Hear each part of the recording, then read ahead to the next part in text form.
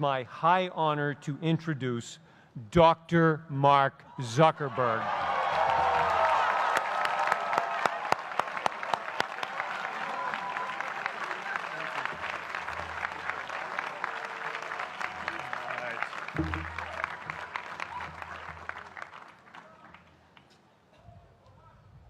I love this place. Thank you all for coming out in the rain, the pouring rain. We're going to make this worth it for you. President Faust, Board of Overseers, faculty, friends, alumni, proud parents, members of the ad board, and graduates of the greatest university in the world.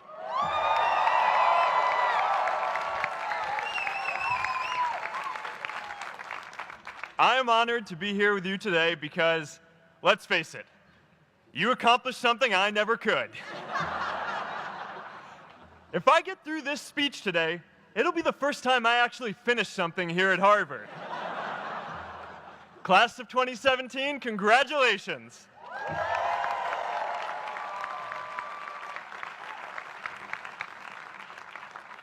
Now, I'm an unlikely speaker today. Not just because I dropped out, but because we're technically in the same generation. We walked this yard less than a decade apart. We studied the same ideas and slept through the same Act 10 lectures. We may have taken different roads to get here, especially if you came all the way from the Quad. But today, I want to share what I've learned about our generation and the world we're all building together. But first, these last couple of days have brought back a lot of good memories. How many of you remember exactly where you were and what you were doing when you got that email telling you got into Harvard?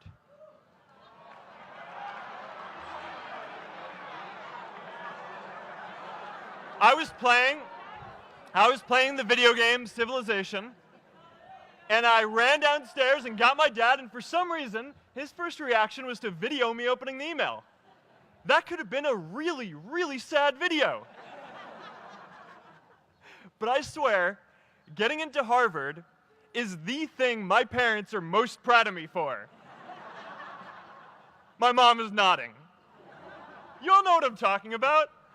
Look, guys, it's tough to beat this. You'll see when you get out there. How many of you remember your first lecture here at Harvard?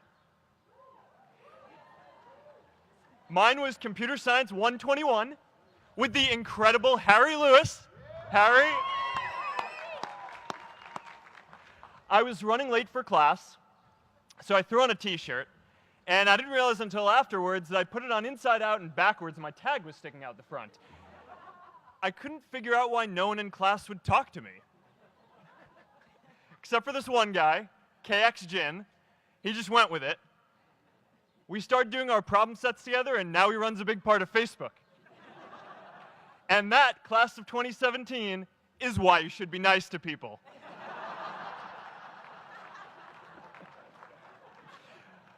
But my best memory from Harvard is meeting Priscilla.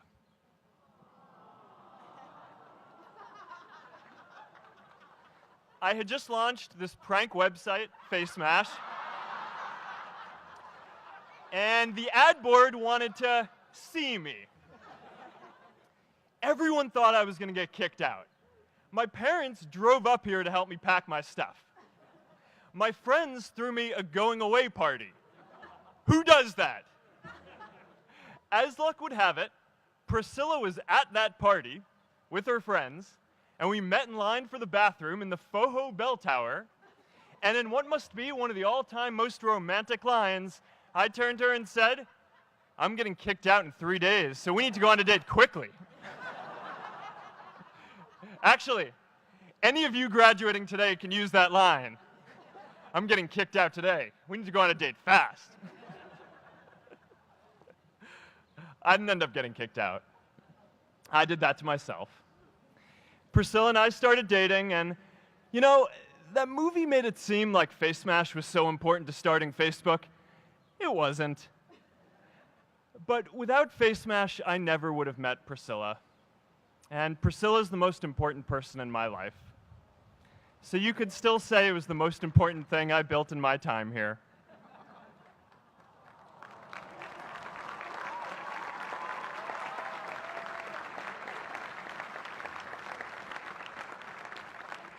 We have all started lifelong friendships here, and some of us even families.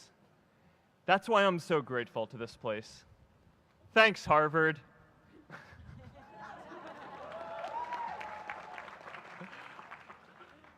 Today, I want to talk about purpose.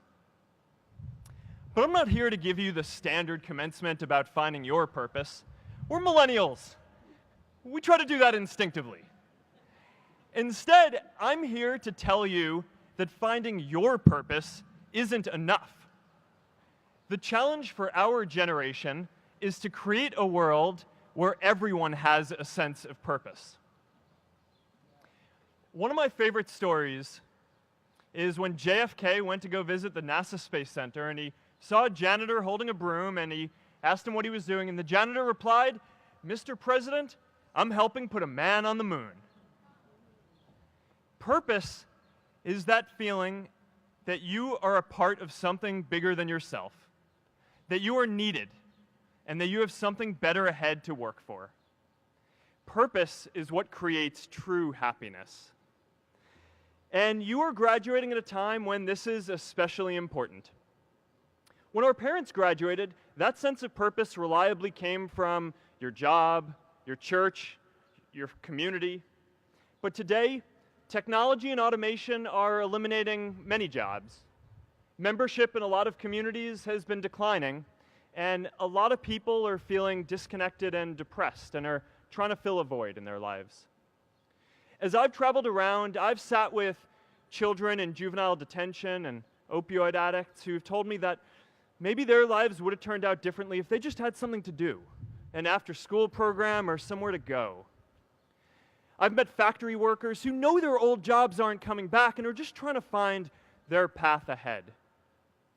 For our society to keep moving forward, we have a generational challenge to not only create new jobs, but create a renewed sense of purpose.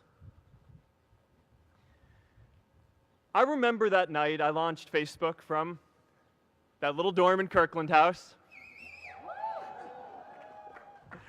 I went to Noakes with my friend KX, and I remember telling him clearly that I was excited to help connect the Harvard community, but one day someone would connect the whole world. The thing is, it never even occurred to me that that someone might be us. We were just college kids. We didn't know anything about that. There were all these great big technology companies with all these resources, and I just assumed one of them would do it. But this idea was so clear to us that all people want to connect. So we just kept working on it, day after day after day. And I know that a lot of you are going to have your own stories just like this. A change in the world that seems so clear that you are sure someone else is going to do it. But they're not. You will. But it's not enough to have that purpose yourself. You also have to create a sense of purpose for others. And I found that out the hard way. You see, my hope was never to build a company. I wanted to have an impact. And as all these people started joining us, I just assumed that that's what they wanted to do too. So I never took the time to explain what it was that I hoped we'd build. A couple years in, some big companies wanted to buy us. I didn't want to sell. I wanted to see if we could connect more people. And we were building the first version of Newsfeed at the time, and I thought, if we could just launch this, it could change how we all learn about the world. Nearly everyone else wanted to sell. Without a sense of higher purpose, this was their startup dream come true, and it tore our company apart. After one particularly tense argument, one of my close advisors told me if I didn't agree to sell the company right now, I would regret that decision for the rest of my life. Relationships were so frayed that within a year or so, every single person on our management team was gone. That was my hardest time leading Facebook. I believed in what we were doing, but I felt alone. And worse, it was my fault. I wondered if I was just wrong, an imposter, a 22-year-old kid who had no idea how things actually worked. Now, years later, I understand that is how things work when there's no sense of higher purpose. So it's up to all of us to create it so we can all keep moving forward together. And today, I want to talk about 3 ways that we can create a world where everyone has a sense of purpose. By taking on big, meaningful projects together. By redefining equality so everyone has the freedom to pursue their purpose. And by building community all across the world. So first, let's take on big, meaningful projects. Our generation is going to have to deal with tens of millions of jobs replaced by automation like self-driving cars and trucks. But we have the potential to do so much more than that. Every generation has its defining works. More than 300,000 people worked to put that man on the moon, including that janitor. Millions of volunteers immunized children around the world against polio, and millions of more people built the Hoover Dam and other great projects. And now it's our generation's turn to do great things. Now I know, maybe you're thinking, I don't know how to build a dam. I don't know how to get 1 million people involved in anything. Well, let me tell you a secret. No one does when they begin. Ideas don't come out fully formed. They only become clear as you work on them. You just have to get started. If I had to know everything about connecting people before I got started, I never would have built Facebook. Movies and pop culture just get this all wrong. The idea of a single eureka moment is a dangerous lie. It makes us feel inadequate because we feel like we haven't had ours yet. And it prevents people with seeds of good ideas from ever getting started in the first place. Oh, and you know what else movies get wrong about innovation? No one writes math formulas on glass, okay? All right? That's not a thing, okay?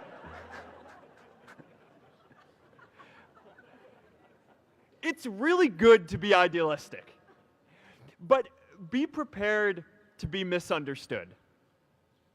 Anyone working on a big vision is going to get called crazy, even if you end up right. Anyone taking on a complex problem is going to get blamed for not fully understanding it, even though it's impossible to know everything up front. Anyone taking initiative will always get criticized for moving too fast because there's always someone who wants to slow you down. In our society, we often don't take on big things because we're so afraid of making mistakes that we ignore all the things wrong today if we do nothing. The reality is, anything we do today is going to have some issues in the future. But that can't stop us from getting started. So what are we waiting for? It is time for our generation-defining great works. How about stopping climate change before we destroy the planet and getting millions of people involved, manufacturing and installing solar panels? How about curing all diseases and getting people involved by asking volunteers to share their health data, track their health data, and share their genomes?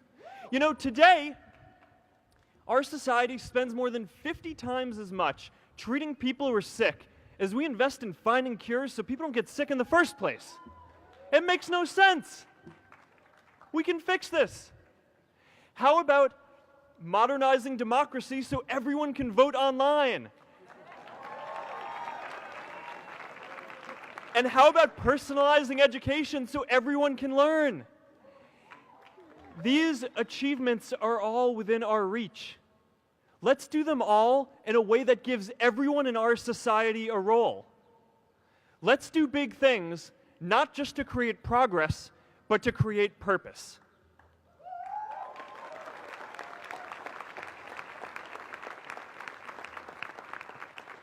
So taking on big, meaningful projects together is the first thing we can do to create a world where everyone has a sense of purpose. The second is redefining our idea of equality so everyone has the freedom to pursue their purpose. Now, Many of our parents had stable jobs throughout their careers, but in our generation, we're all a little entrepreneurial, whether we're starting our own projects or finding our role in another one. And, that's great, because our culture of entrepreneurship is how we create so much progress. An entrepreneurial culture thrives when it is easy to try lots of new ideas. Facebook wasn't the first thing I built. I also built chat systems and games, study tools and music players, and I'm not alone. J.K. Rowling got rejected 12 times before she finally wrote and published Harry Potter. Even Beyoncé had to make hundreds of songs to get Halo. The greatest successes come from having the freedom to fail. Now, today, we have a level of wealth inequality that hurts everyone. When you don't have the freedom to take your idea and turn it into a historic enterprise, we all lose. And right now, today, our society is way over-indexed on rewarding people when they're successful, and we don't do nearly enough to make sure that everyone can take lots of different shots. Now, let's face it. There is something wrong with our system when I can leave here and make billions of dollars in 10 years, while millions of students can't even afford to pay off their loans, let alone start a business.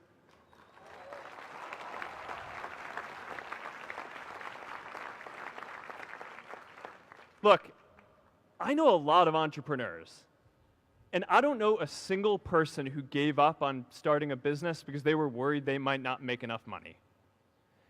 But I know too many people who haven't had the chance to pursue their dreams because they didn't have a cushion to fall back on if they failed.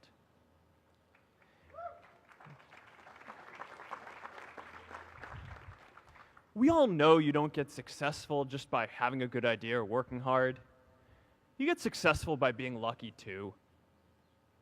If I had to support my family growing up instead of having the time to learn how to code, if I didn't know that I was going to be fine if Facebook didn't work out, then I wouldn't be standing up here today. And if we're honest, we all know how much luck we've had to get to this point in our lives. Every generation expands its definition of equality. Previous generations fought for the vote and civil rights. They had the New Deal and Great Society. And now it's time for our generation to define a new social contract.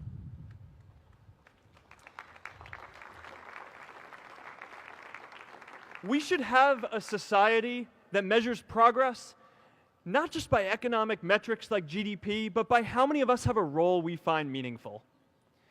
We should explore ideas like universal basic income to make sure that everyone has a cushion to try new ideas. We're all going to change jobs and roles many times, so we need affordable childcare to get to work and healthcare that's not tied to just one employer. And we're all going to make mistakes. So we need a society that's less focused on locking us up and stigmatizing us when we do. And as our technology keeps on evolving, we need a society that is more focused on providing continuous education through our lives.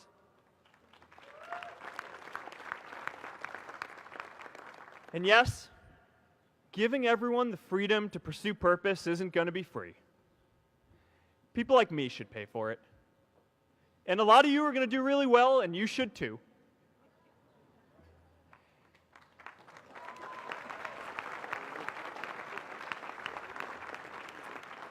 That is why Priscilla and I started the Chan Zuckerberg Initiative and committed our wealth to promoting equal opportunity.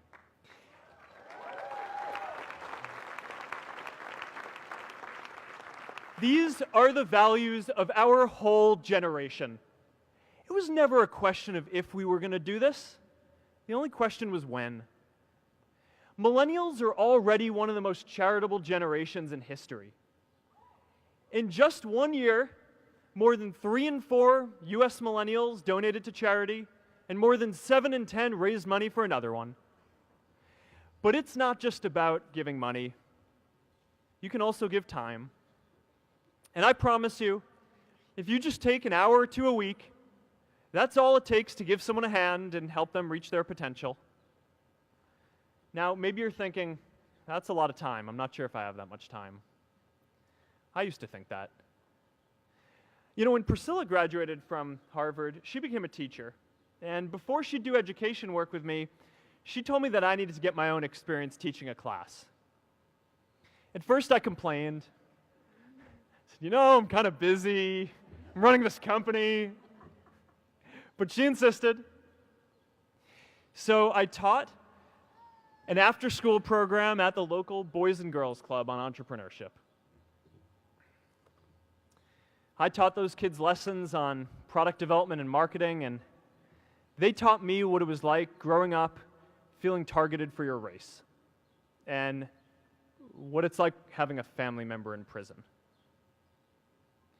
I shared stories of my time in school, and they shared their hope that one day they would get to go to college too.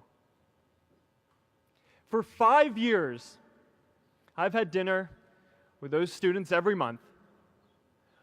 One of them even threw Priscilla and me our first baby shower. And next year, they're going to college.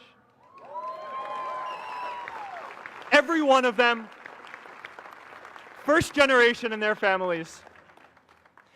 We can all make time to give someone a hand. Let's give everyone the freedom to pursue purpose, not just because it's the right thing to do, but because when more people can turn their dreams into something great, we are all better for it.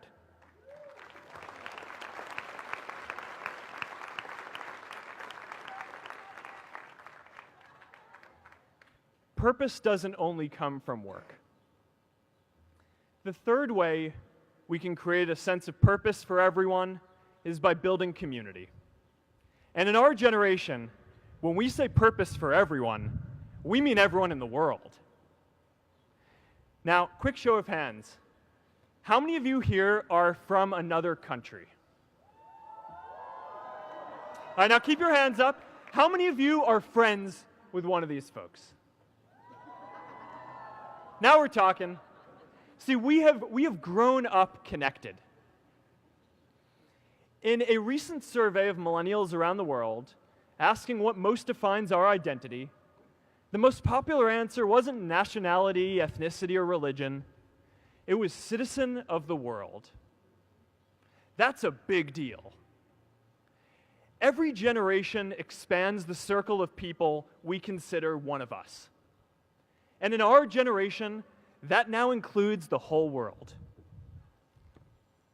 We understand that the great arc of human history bends towards people coming together in ever greater numbers, from tribes to cities to nations, to achieve things that we could not on our own. We get that our greatest opportunities are now global. We can be the generation that ends poverty, that ends disease. And we get that our greatest challenges need global responses too. No country can fight climate change alone or prevent pandemics.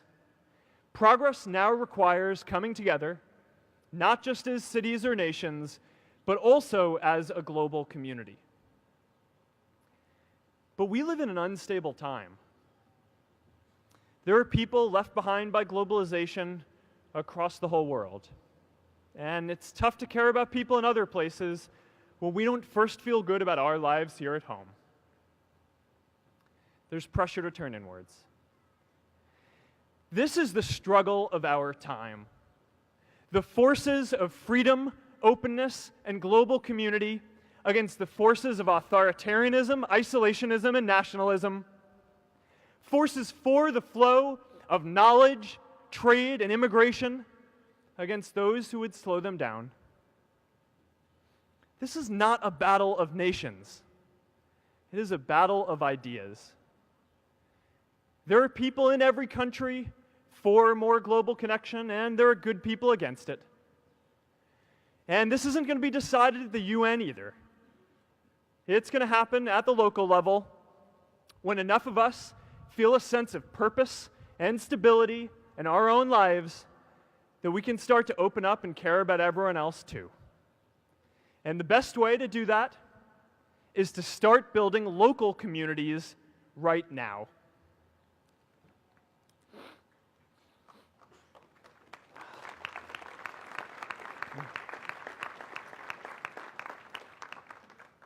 We all get a lot of meaning from our communities.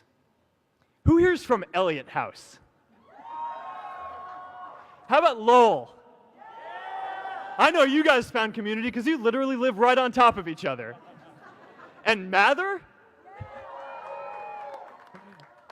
I'll just leave that there. Whether our communities are houses or sports teams, churches or a cappella groups, they give us that sense that we are a part of something bigger, that we are not alone. They give us the strength to expand our horizons. And that's why it's so striking that over the past few decades, membership in all kinds of communities has declined by as much as 1/4. That's a lot of people who now need to find a sense of purpose somewhere else. But I know that we can rebuild these communities and start new ones because many of you already are. I met Agnes Segoye, who's graduating today. Agnes, where are you?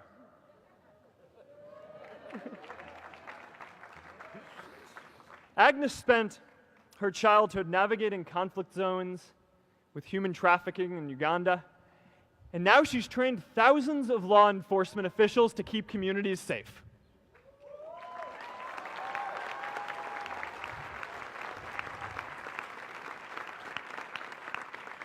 I met Kayla Oakley and Neha Jain, who are graduating today too. Stand up, guys. Kayla and Neha started a nonprofit that connects people suffering from chronic illnesses with people in their communities who are willing to help out.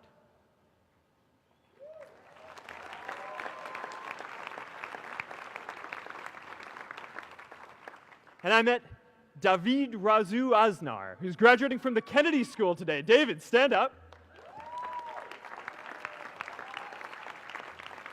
David is a former city councilor who fought to make Mexico City the first Latin American city to pass marriage equality, even before San Francisco.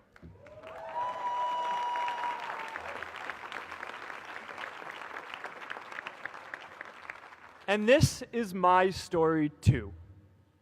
A student in a dorm, connecting one community at a time and keeping at it until one day we can connect the whole world.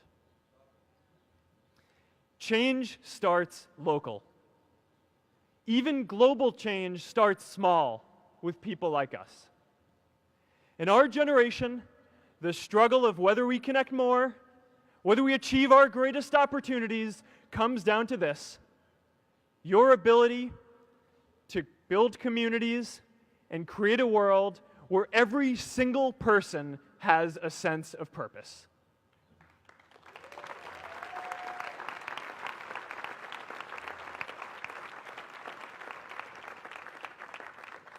Class of 2017, you are graduating into a world that needs purpose.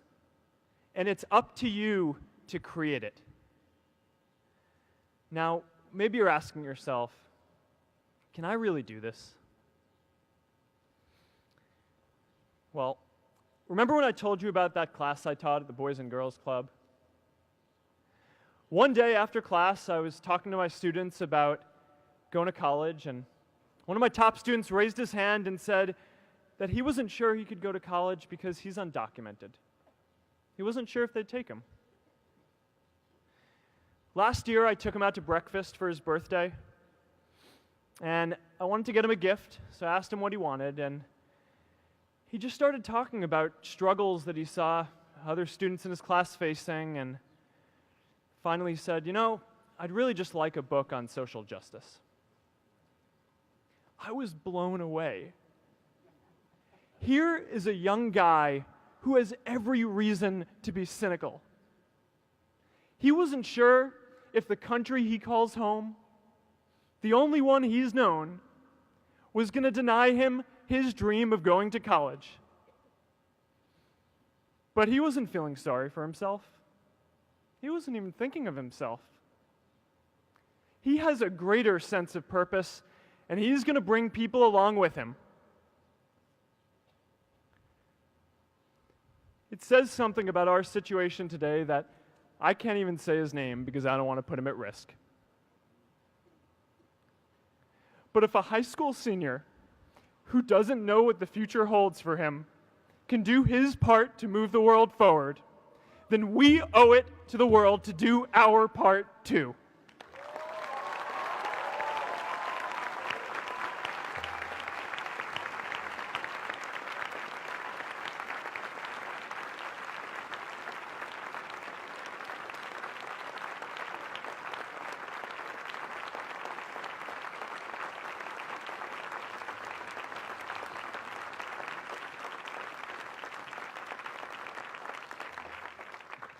So before you walk out those gates one last time, and as we sit here in front of Memorial Church, I'm reminded of a prayer, Misha Berach, that I say whenever I face a big challenge, that I sing to my daughter, thinking of her future when I tuck her in at night.